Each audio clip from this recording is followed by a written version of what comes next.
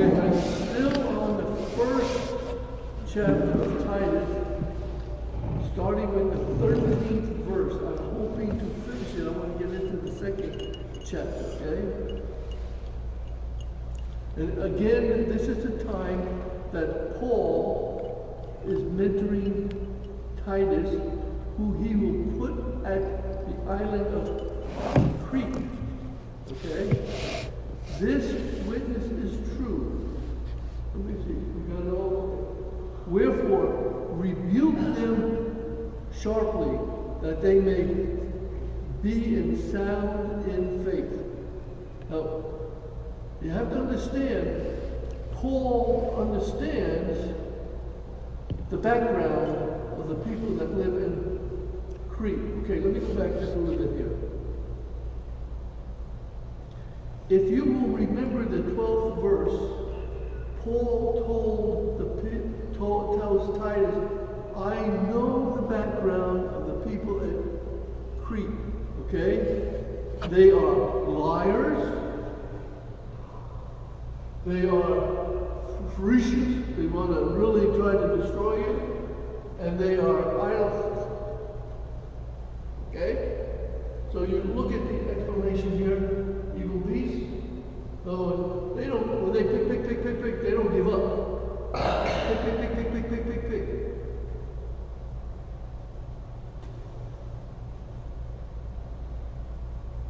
Or lazy. Here it says idle. They don't move. It's not idle. It sounds the same word, but it's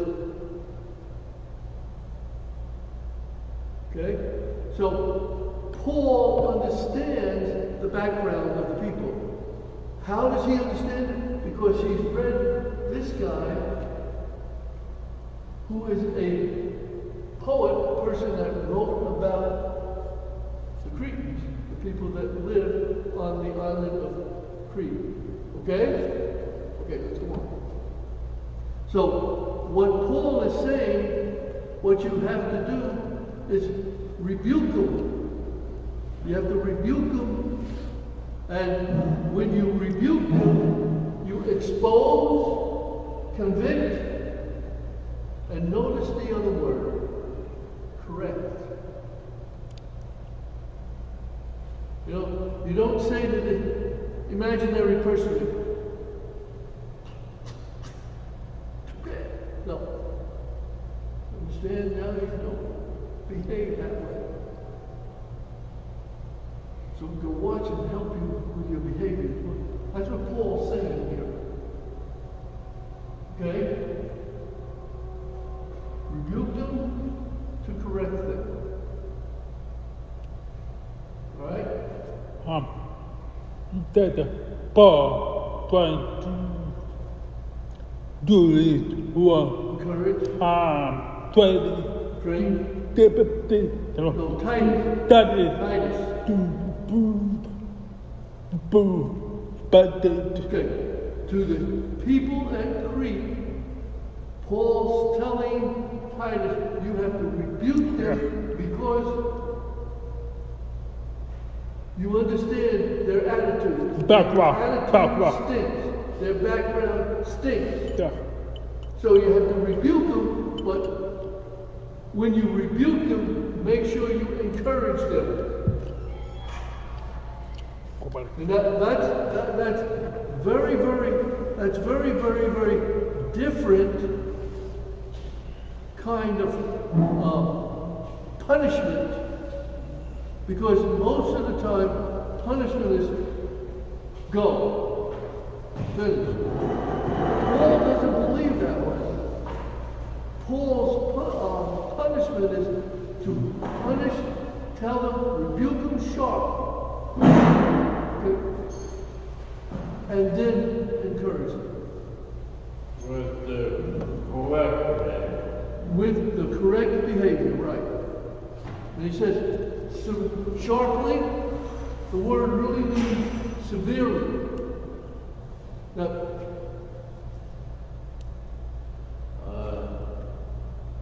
did you just rebuke the money changer? yep, Jesus rebuked the money changer, he did correct them because he told them the story. That, I can't remember the exact story, but he told them that his temple is not a place for changing money. Okay? So he did. But they would go on how the bowl. That's what I was saying. That the money changers on the temple, you see, is big business. Yeah. You understand? That's big business for the temple. Okay? But it should not be on the temple ground. Should not be on the temple grounds. Because let me explain about money changers. Okay? Alright? Many of the people that would travel to Jerusalem for Passover or for celebrations, they would bring in different money.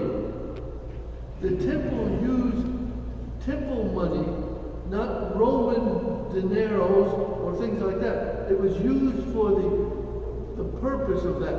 And at the same thing that when they would bring it, they would come for the Day of Atonement, okay? You don't see people carrying lambs or animals. They would buy them at the temple. You see? That was part of the money changers. You see? They would, say you lived in, say the temple was in LA, okay? You live in Riverside. You're not going to take an animal from Riverside to LA. You want to buy the fresh animal there that's already been separated for temple use. So you would have people coming out of Jericho. You have people coming out of Beersheba, way south, and they would arrive at Jerusalem, and then they would buy their animals, and the money changers were there. And Jesus just stopped and said, my house is a house of prayer, and that's what you're using it. It's not for all this business.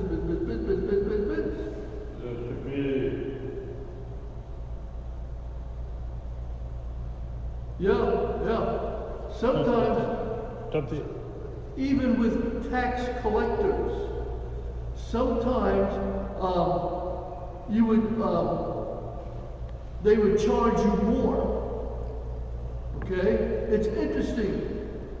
Did you travel with us to Israel at the time when some of the deaf needed to change their money and they went into some of the money changes? Okay, you were not there.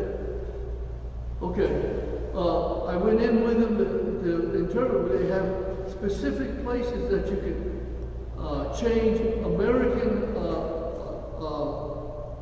money for Israeli money. Okay? And even though American money is worth a lot there before, you would not get the same price exchange. See, okay? You may, if you gave them $1, you may get 75 cents for that dollar. They would keep the dollar. Just give you an idea, right? Yeah, it should be off the temple ground. Away from the temple area. But around the temple, that was big business. Big business. Okay? All right.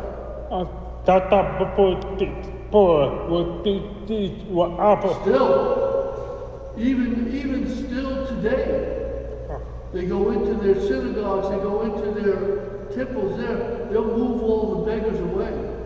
Yeah. Okay? All right. That they may be sound in faith. Now, sound. The rebuke would bring them and restore them to the right goals and doctrines, accepted doctrines among the faithful Christians or believers, okay? You see the word S-O-U-N-D, okay? And what it means, correct. Correct. Good, strong, correct doctrine. Okay? S-O-U-N-D. Okay? Nothing to do with Oh, sound. Good, strong, straight doctrine. Perfect. Okay? And the doctrine, proper way of faith. the proper way of faith. You know, Paul, through all of his studies, is very, very interesting because his punishment always came with restoring, making new, joining. Whenever you see Paul rebuking or talking to them, put them out of the fellowship until they learn to stop. When they learn to stop, then bring them back. See? And I'm thinking of Timothy and I can't remember, maybe it is Titus, the 3 men, Alexa and Andrea, Philbus, I think it was, and Hymes. They were constantly pick on Paul. Constantly. And talking about, don't believe what he says. He's a wrong prophet. He's not telling you, he's leading you wrong. Finally, Paul just out. Until you learn to stop. Then we'll talk about.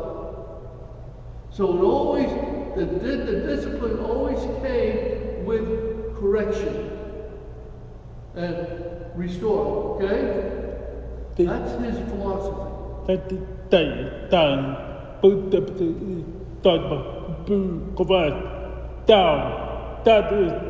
And Titus, yeah. You see, he's mentoring. You see, ministry, it's easy to become frustrated. Because you're trying to do what God wants you to do. Not everybody in the congregation understands what you're trying to do. It's best for the pastor to tell them, this is my goal. Still, some of the people disagree with it, okay? Does it disagree with the doctrine? Then you say, I'm sorry, maybe this is not the place for you. Oh. It just recently happened in one of the churches not far from here. Several of the members of the church left because they did not agree with the pastor. And the pastor was having difficulty with his health and the mentality was, so finally he stopped and left. Now the people are trying to come back. You see, discipline happens with love. You can discipline a person, or as Paul says, rebuke them. But always remember, they have a soul. They have a soul. That soul is important to him. And you bring them back. Yeah. There's been people who have been left the church because they said, oh, you come to church, you're not accepting Christ, you're going to hell. I'm going to hell? I'm not going to go to that church if they're going to tell me I'm going to hell. See? Be careful. But you can tell them, there's two choices. The wide road or the narrow road. Which one do you choose? The wide road is the people that neglect God. The narrow road is the ones who want to be faithful. Where are you? You understand what I'm saying? Where are you? And they said, well, how do I move from the wide road to the narrow road? Accepting Christ in your heart. Oh. And then what we talked about, Noah, Judaizr, you accept Christ in your heart, then you have to be circumcised. You have to go through the purification. You have to go through all this Jewish stuff. That's not what Jesus said. Yeah? So that's what Paul's talking about. Paul will always discipline and then love again.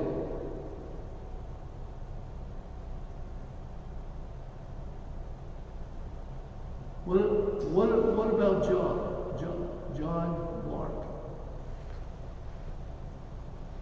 Back. Talk about money treasures. Okay, you're still on money. He has to have a treasurer's heart. Yeah.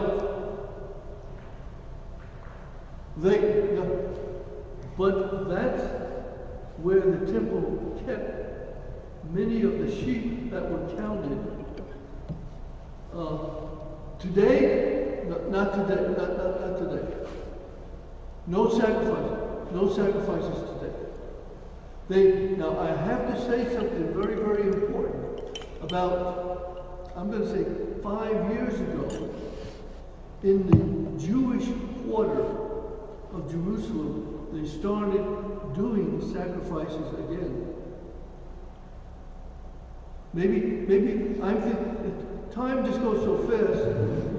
Could be 3 years ago, could be, but time just escapes from my mind. So whether it's 5 or 3, you're possibly right. So I'm not going to say. I will just say they started sacrificing again. Yeah, true. That's right. Okay. Now, here's where Paul says, since they built the new temple there, the one that was destroyed through the war of 1948, they built the new temple there, okay? Not given to heed Jewish stories and the commandments of men that turn from the truth. This is a very strong statement here. This here. Okay? Not given to Jewish fables, like stories, and commandments of men that turn from the truth. Okay? There's people out there that don't want to follow the truth. They're going to preach to you. And Paul said, don't follow that. Now, Paul gives an illustration in another place, and he says, one of the examples of Jewish fables and commandments of men would be the idea that one can't be saved until they are first circumcised. Do you agree with that? Right. Because the council in Acts 15 took up that subject and they downed it. Okay? Paul strongly fought this Jewish story, the whole book of Galatians. We'll study that later. Galatians, for example, largely deals with this issue. Galatians talks about, do you have to be circumcised first before salvation? See? So Paul says, he found in Acts 15 that the council there, the church council, turned and said, no, we don't believe that. So Paul wrote the book of Galatians with that theme in mind. Is that okay? Okay? They will turn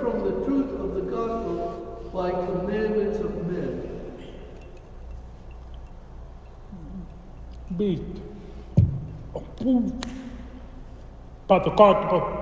That's right. The truth is the gospel. But you have to be careful what man commands you. Right. Okay? Right. Some groups of people say, and in the Bible it talks about women should not cut their hair. Okay? Women should not be dressed like Jezebel. Okay? It talks about that. Alright? So they go a little bit more and they say women have to have long skirts. They can't have pants. They can't use pants like men do. There's some real, I grew up in that. One of the church I belonged to grew up in that. The women could not have slacks like men. I argued with my mother about that many, many times. She was straight Pentecostal holiness. Because it's like a man. And I would tell her, Mom, she says, I have never wore pants. So I was a smart aleck, and I took a picture of her painting the wall and the ceiling in the house. And she had on Dad's pants. Mom?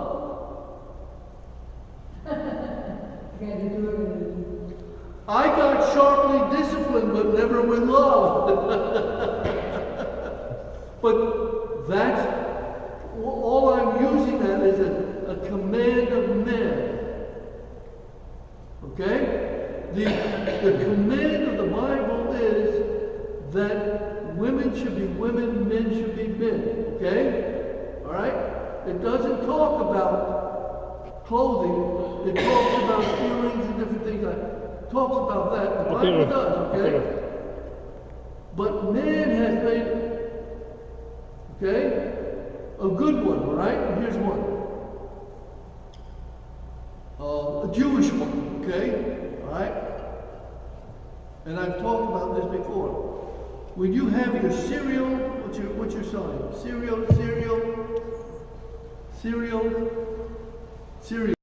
Cereal in the morning, you have milk, right? With your coffee, you have milk, right? Right? Alright? At nighttime, before bed, do you have milk with your coffee? How about before bed? Do you put milk into your coffee? Many people do. How about? Yeah. They have a cup of coffee and they'll pour the milk in because that's tradition. Okay? Yeah, you'll sleep fine. Okay? But in Jewish culture, you don't do that. You can't eat milk and meat the same meal.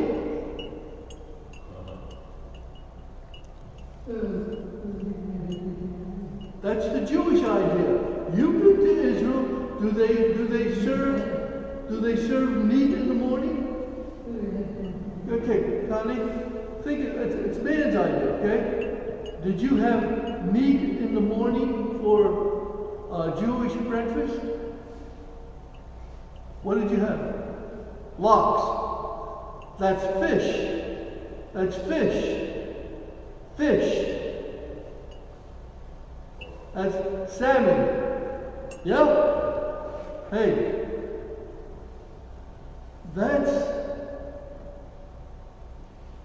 That's great tasting with cream cheese on the bagel and lox on top. Oh, I love it. But, you see, you couldn't have bacon. You can't have sausage. You can't have ham for breakfast. You go to Israel, you eat their fish. Or fish. Okay? Alright? Now, at nighttime, you can have your meat, but you can't have your milk. That's man's commandment. Ati. Go.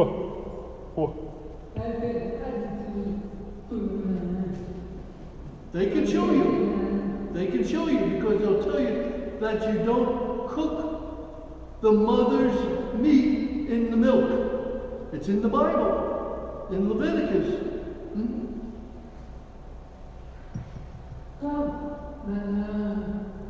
The meat of a mother in the milk. Who's better? So they separate it. If a cow gives milk, then you can't cook the meat for breakfast. Nighttime, yes. Milk, nighttime, no. Now, let me give you another. Flying over. El Al, Jewish airplane.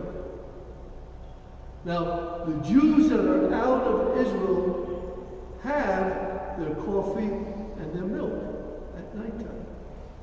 Especially if they're not a strict Jew. This one woman was sitting behind Joyce and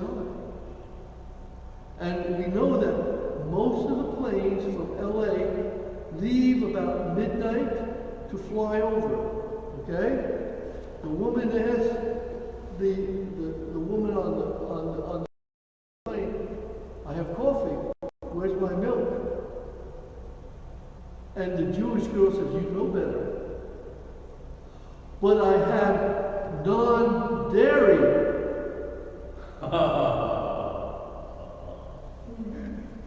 I know. And I'm sitting in the seat in front of this woman. I'm poking George. I said, did you hear that? And I'm laughing. And the deaf on the plane is looking at me, why are you laughing? I said, because on Jewish airplanes, at nighttime, they're flying over there having their coffee. They want milk. But they can't have the milk, but they can have non-dairy creamer.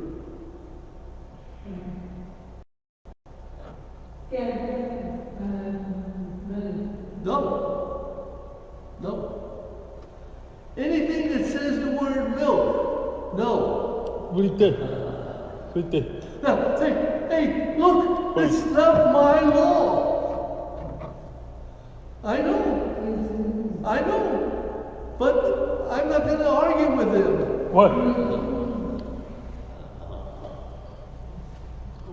I'm not going to argue with him. I don't drink coffee, so it doesn't bother me. They're going around before they get going. This is part of. And now, please understand something. Please. Many of them are still walking in rebellion. They'll keep the law, but they will not follow Jesus. Now, let's put that off to the side. I gotta get back here. I have to finish chapter 1. Come on. Yeah. No, I know what Bible study means. I'm having fun. Hey, I have fun every time I teach Bible study. Now here it is. Unto the pure, all things are pure. But unto them that are defiled, unbelieving is nothing pure. But even their mind and their consciousness is defiled. You know? They went back to food, go with it, about the food, The food. Yeah. Unto the pure, all things are pure. Means it's ceremonial pure.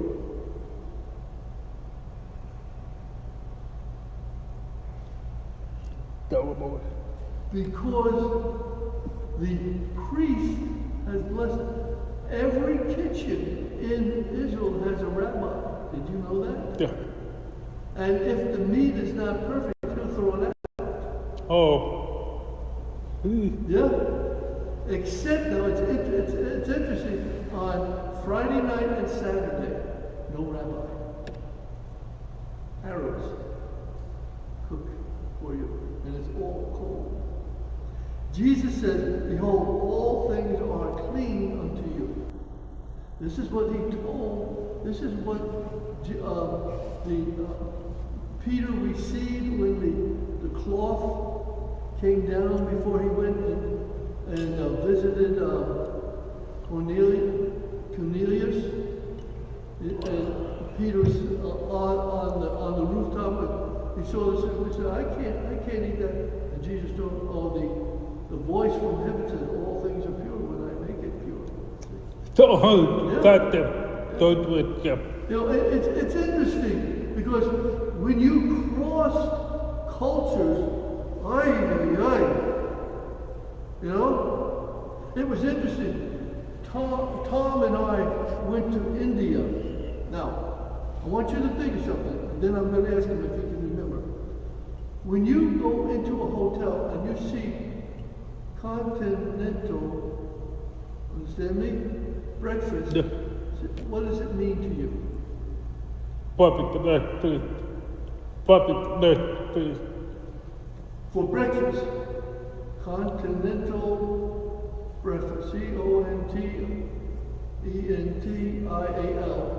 Breakfast. It does not mean a full breakfast. It means what? What, baby? Egg and just a little bit. Yeah.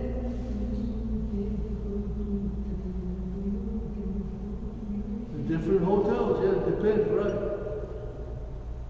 Now, see if Tom remembers. What did you have as a breakfast in India?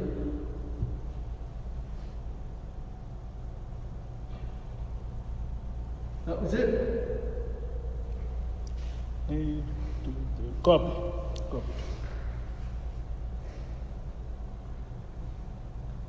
Just eggs, toast. Yeah. They told us we're going to have a breakfast, you know. I'm American and I believe in breakfast. Egg, toast. That was all. Did that for more. No. You pay more. See? Well, I expected either cereal or bacon and eggs and different things. See? No, this is in India. Oh, that's right. The cows are sacred in India, so you can't have any cow. Yeah. Look. Walking on the street. You know, you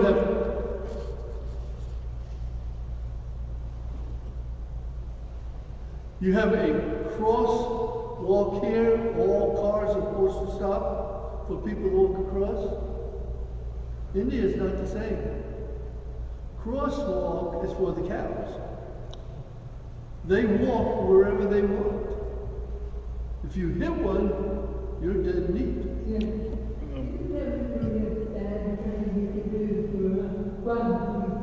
That's what I need. That cow carries my grandmother's soul.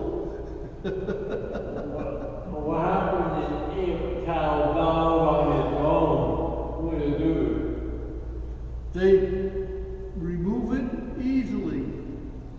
They have special people to move it.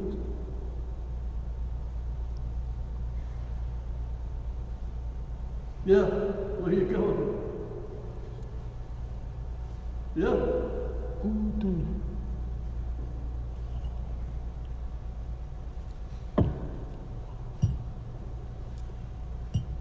When they took us to that British restaurant, we really ate out that time, remember? British restaurant, we went into one of them in town.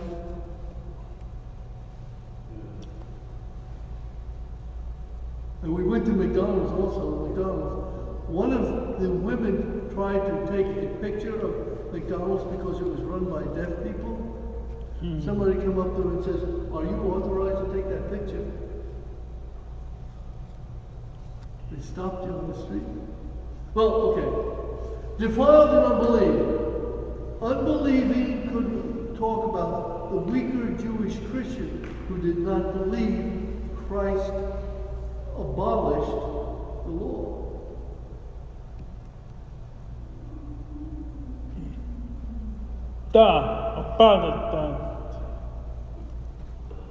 Who didn't believe Christ abolished the law. He didn't come to destroy the law. That's right. He came to save son. He did not come to destroy the law, but he came to save the people. So the law was no good anymore because it was under grace. That was where the line happened between Old Testament and New Testament. But the law could be used to throw well out of place, right? And that was the only reason why the law was invented or given to Moses, to show what was right and what was wrong. That was all. Not something to worship. Well, but it's still the law used put to show the sin. Right, but when Christ came, when Christ came, then it meant that you depended on Christ through the Holy Spirit to tell you what was right and what was wrong and what was right. Get the words twisted. Eat coffee. I don't drink that stuff. That stuff will kill you. Understanding? Yeah. Okay. So those were the unbelieving Christians. See? The law is still the law, but they were using the law more. And if you look at Jewish culture, the law, they will teach you that you must follow the law to be saved. And the law can't save you. It tells you what's right and what's wrong. That's it. And that's it. Then when Christ came, he drew a line. Now it's under grace through the Holy Spirit that convicts you. Tells you what's right and what's wrong.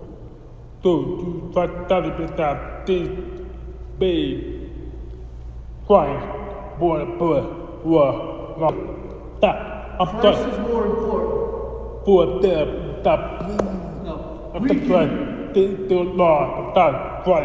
We can use the law to know if we're following Christ. Okay? The law is there to help us to know about our behavior. Okay? Now, really, everyone thinks that when Moses went up on the mountains, he came down with the 10 Commandments, which is right.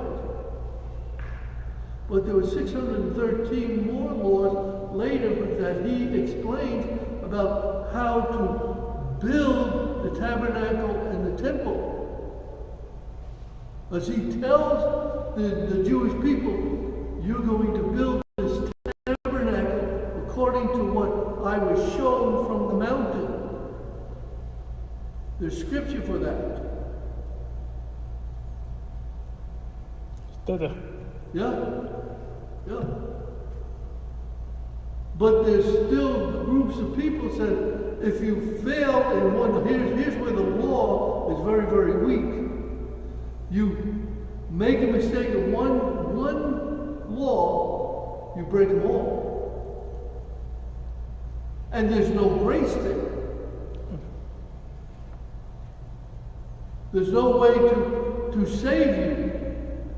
If you break the law here, you can tell the Lord, I'm sorry, you washed away my sins. I'm coming back to you. Can you restore me back? Again, that's where Paul gets the idea that you can be disciplined, but encouraged again.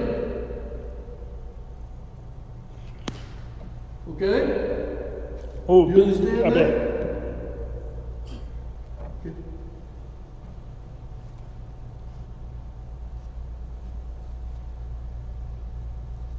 Yeah.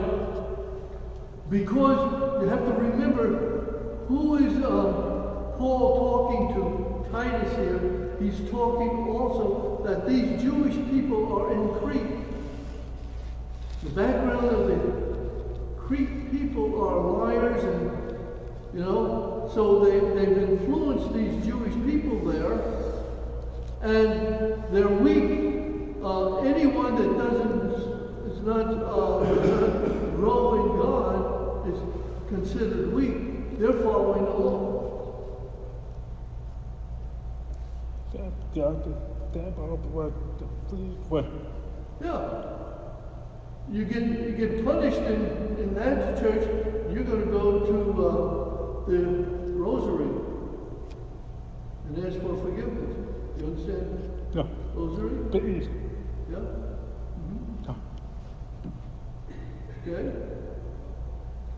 Paul said their minds and their consciences are defiled. Defiled begins in the mind through the conscience. Mind, C-O-N-S-C-I-N-C-E, is through you. When your mind thinks wrong, you're going to do wrong. Here. This is the last one in chapter 1. They profess that they know God, but in work they deny Him, being abominable, disobedient unto every good work, reprobate. And what Paul is giving you here is a good outline of who false teachers are. Paul says they're B-E-S-T-E-S festival. They say they're disobedient, unfit, not qualified. That's where the weakness comes from, right here.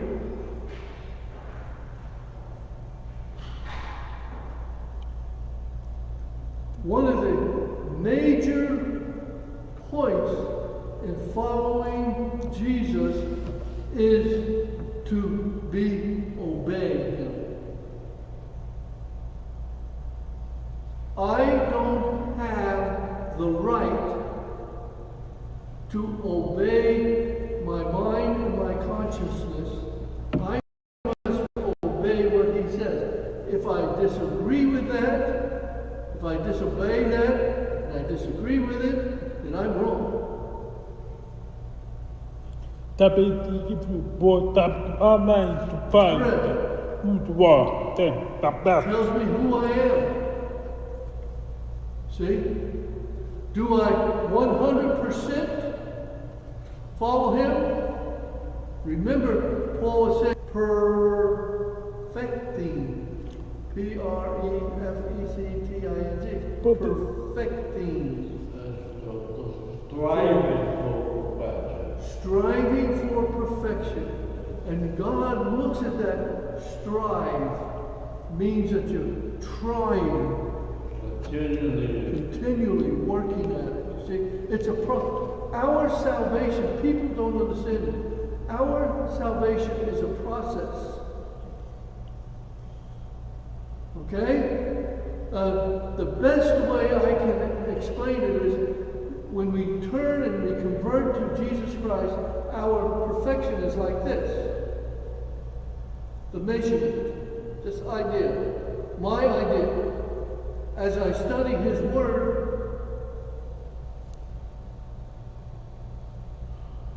but you will be perfect. I will never be perfect. I will never. One thing I have to understand: I am never perfect in human eyes. You understand me? Oh. I am never perfect in human eyes. People will always judge me, criticize me, but God's eyes are more important to me. Am I processing perfection to Him? how to do that, how to do it. That's the perfect to be tried. I just accept it.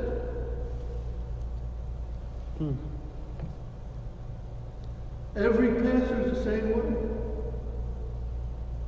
People come, don't like you, go away.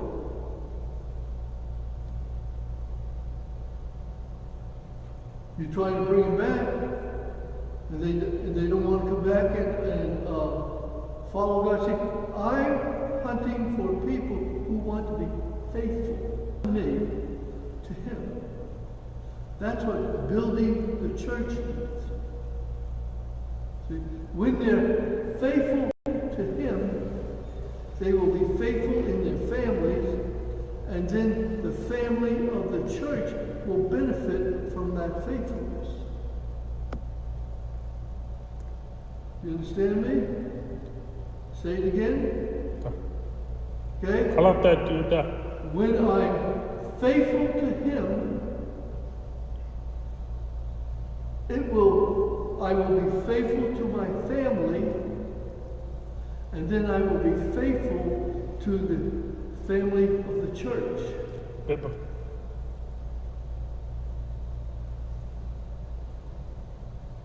I cannot disobey those three places. Because when I become faithful, I'm studying His Word. I don't know all 100% of His Word, but I'm striving. That's the reason why I love Bible study, because we feedback. Different people have different views. I want to know that. I can't experience what J.R. experienced. I can't experience what Elaine experienced. I can't experience what Connie experiences. But when she reads the Word of God, God talks to her. God will talk to him. God will talk to her. And she can share here. And I say, yeah, I can agree. Okay? Does that make sense to you? Okay? Now, the second chapter of Titus, I just want to start. So I'm going to switch, okay?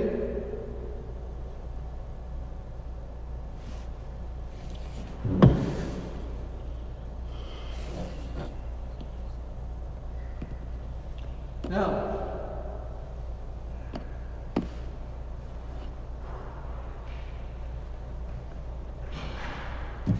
here's where Paul, you have it? Oh, good, thank you.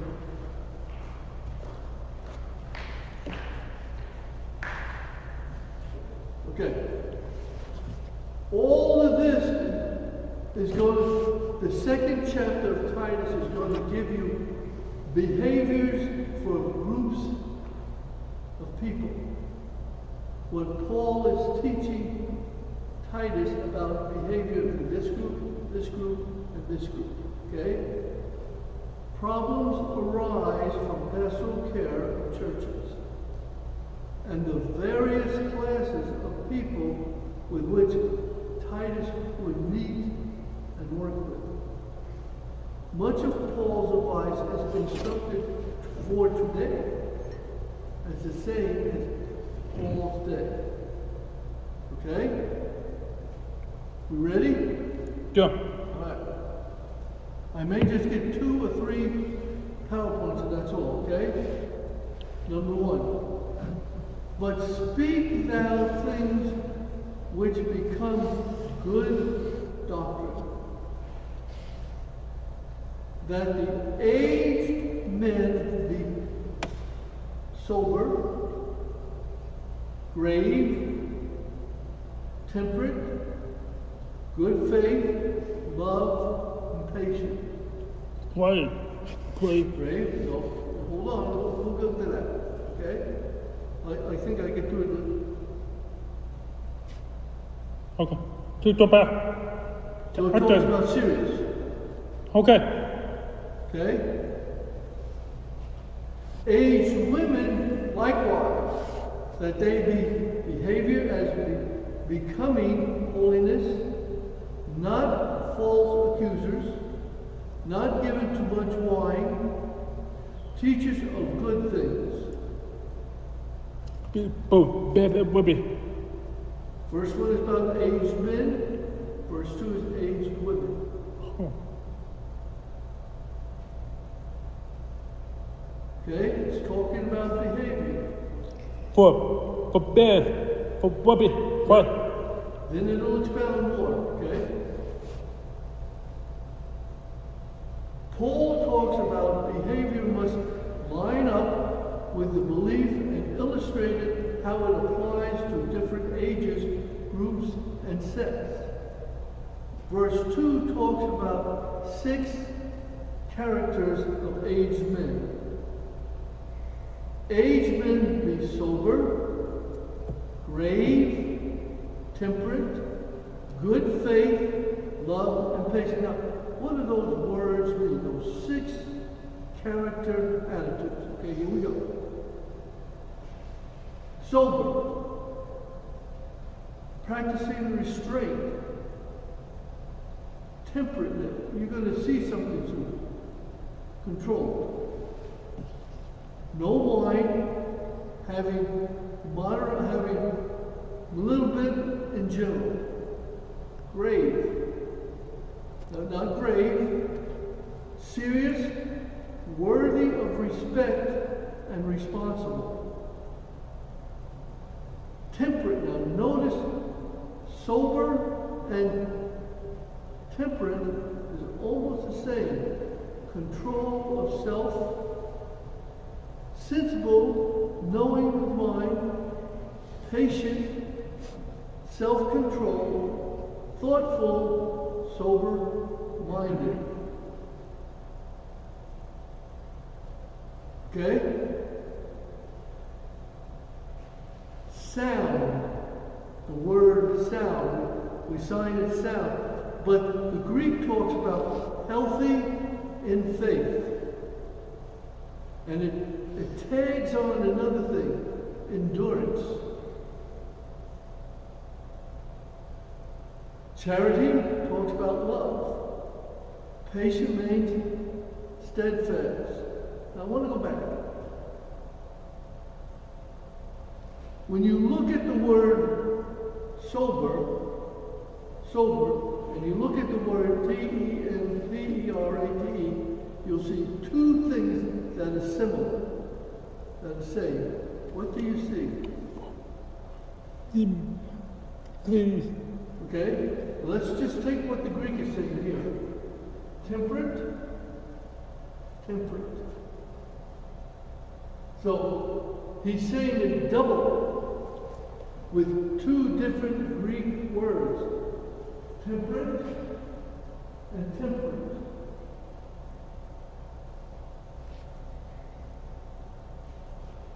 Practicing control, restraint. Practicing control. The for the by. C is temperate, control, using your mind properly. Prudent means, but look at this here.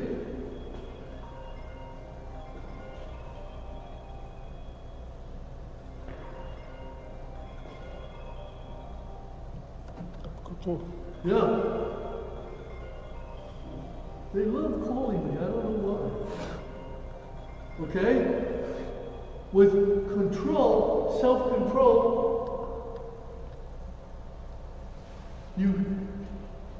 self-control talks about this word. Thoughtful. Okay? Not thinking of self, but thinking about others. Look again. Temperate,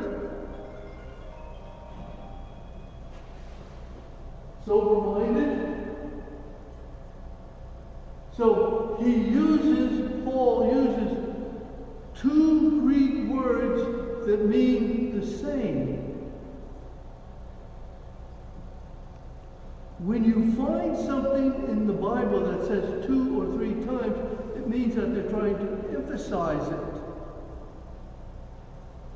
That it's special. You need to pay attention to what he's saying.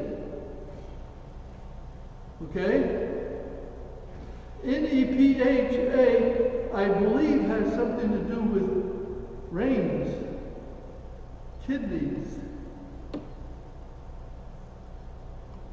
It's interesting, isn't it? I'm not going to say any more about that. Let Joyce handle that one. She's the expert on that one, not me. Okay? But when you look on how Paul is layering his thoughts and explaining to Titus, you have to know these people here on this island are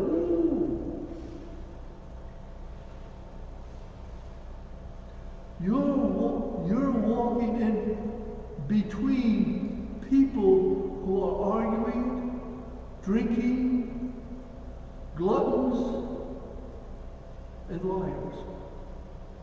So you have to begin to think about those people.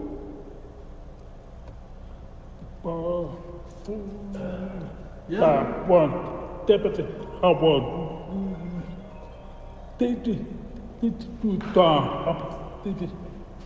Yeah, go ahead. See, Paul has already studied these people. He's been there once or twice, so he studies these people. When he's going to take a young man and going to say, put you over here, you need to know the people you're going into. Whenever you go into a church, okay, a pastor goes into a church, a new place, a leader, the district people we have here, the district people, the Southern California, needs to tell you about the church. They will tell us, okay? Please. Now, it was interesting, when I was hired here, the district knew nothing. They knew that they lost a very, very valuable pastor with Sister B and Johnny. They knew that. And when the church hired me, about 2 weeks later, Ray calls me and says, please come see me. I said, oh. Because Ray put me in Chula Vista. And I moved here. He says, oh, I read your file. You understand about the death. I said, not really. I'm awkward. But my wife is a coder. Her parents were deaf. My uncle was deaf. I understand it from that view. He says, the church is already hired you. I said, yeah. So he let me stay. But most of the time when you move, and that Paul's doing it right. You see? I was told when I went to Chula Vista, here, I want you to understand something.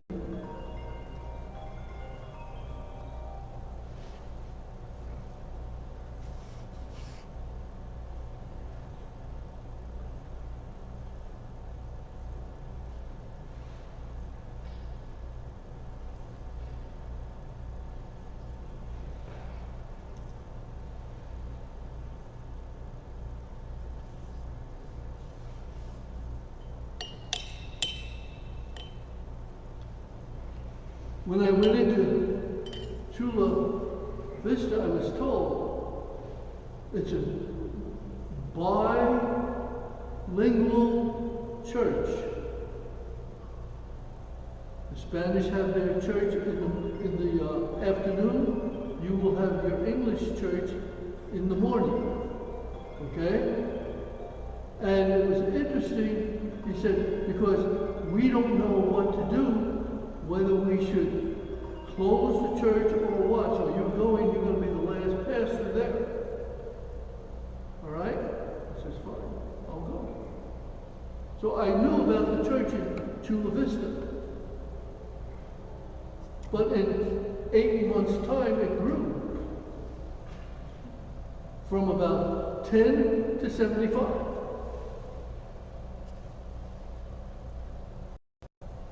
And when I left, I went back to Ray and explained to him, you need to put the Spanish pastor in charge because he can speak English and Spanish. Well, they didn't know that.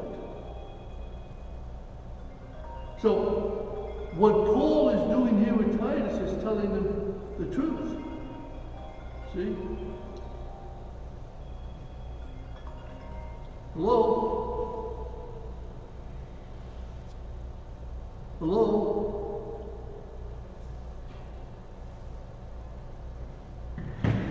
So the point of what Paul is explaining to them, to Titus, he says, you need to keep calm. You need to be thoughtful about other people. Know what you're walking into, you see here. And you know the people because of the background that I've given to you. So please understand that. And most of all, be patient. Now I'm going to stop there because it's 7:33. Okay? I will teach more of this on next Tuesday. Is there anything you don't understand here? The first part, because it's going to talk about Christian behavior and pastoral behavior here also. And Paul does a wonderful job with this on the second chapter. So, like I'm thinking, here, back for me, No. so, what they kept They called me. Oh, The church hired me. okay. Because, I'm going to say it, you say it, Connie.